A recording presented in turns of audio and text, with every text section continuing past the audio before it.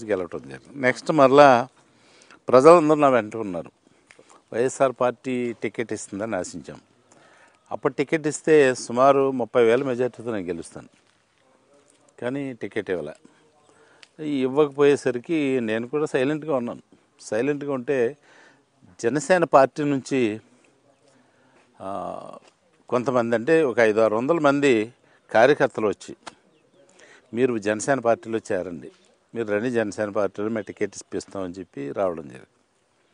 వస్తే నేను ఆలోచించాను అప్పుడు, అంటే నాకు కూడా నా ఫాలోవర్స్ ఎవరైతే ఉన్నారో వాళ్ళ అభిప్రాయం సేకరించకుండా నేను వెళ్ళకూడదు.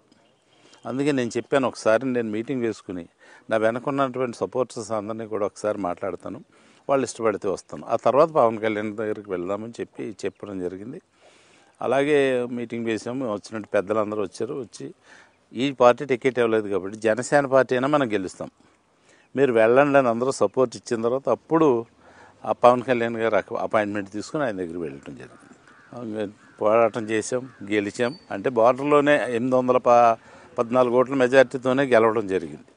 కానీ అది కూడా అంత సునామీ లాంటి వేవ్లో గెలవడం అంటే సామాన్యం కాదు. ఈవేళ 5 సంవత్సరాల నుంచి కూడా మరలా, అంటే ఓ సంవత్సరం వరకు నేను జనసేన పార్టీలో ఉన్నాను. తర్వాత కొన్ని కారణాల వల్ల నియోజకవర్గ అభివృద్ధి దృష్ట్యా నేను వైఎస్ఆర్ పార్టీకి రావడం జరిగింది. వైఎస్ఆర్ పార్టీకి అప్పటి నుండి కూడా నేను ఉన్నటువంటి కార్యక్రమాలన్నీ చేసుకుంటూ వెళ్ళడం జరుగుతుంది. ఏదైతే పార్టీ నిర్ణయిస్తుందో, వైఎస్ఆర్ పార్టీలో పనిచేయటువంటి సామాన్యం కదా, రోజు ఏదో కార్యక్రమం ఉంటుంది. అటువంటిది గడప గడప కార్యక్రమం. గడప గడపలో నాకు తెలిసి ఎవరో తిరగలేదు. 100% ఒక్కిల్లు కూడా విడిచిపెట్టకుండా, కొంతమంది అయితే గ్రూపుల్లో మీటింగ్ పెట్టి కొంత వ్యతిరేకత వస్తే నడిచి వెళ్ళిపోవడం అటువంటివి చేశారు.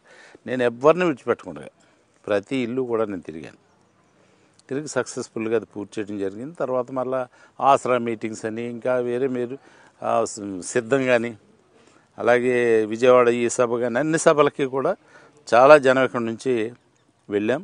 వైఎస్ఆర్ పార్టీకి మంచి